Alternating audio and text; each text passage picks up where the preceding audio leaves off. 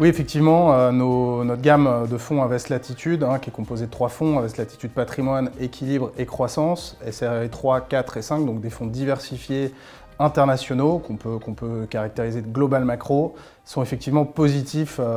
tous les 3 depuis le début de l'année à l'heure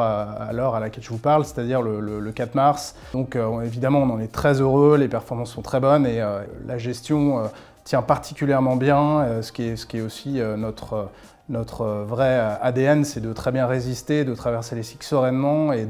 d'apporter ça à nos clients, vraiment de se concentrer sur la préservation du capital dans un contexte aussi compliqué que celui qu'on connaît. Donc évidemment, on en est très heureux, même si on est effectivement très malheureux de ce qui se passe. Mais la gestion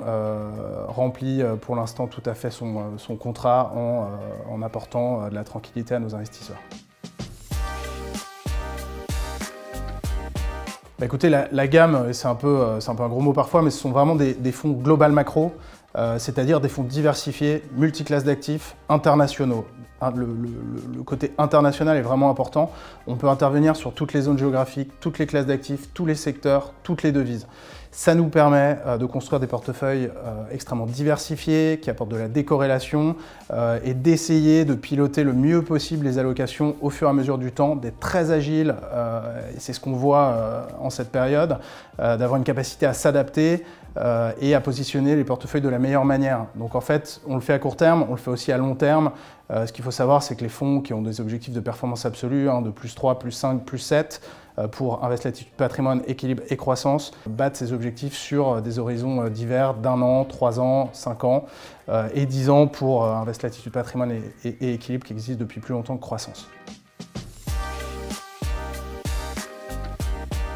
Ce qui a permis aux fonds de résister, c'est évidemment, alors on est des fonds vraiment global macro, tout vient de l'analyse macroéconomique et ce qui leur a permis de résister aujourd'hui, c'est le positionnement. En fait, si vous voulez, on n'avait pas anticipé la crise ukrainienne, même si évidemment c'était quelque chose que la gestion regardait avec énormément de vigilance. Mais le positionnement depuis un moment, on a un positionnement qui est très long US, avec des positions longues sur les bons du Trésor américain, beaucoup de duration longue, pareil sur cette partie-là, et beaucoup de dollars en portefeuille. Et de l'autre côté aussi, des positions sur l'énergie, sur des valeurs, sur des commodities, et donc ce qui aujourd'hui fait que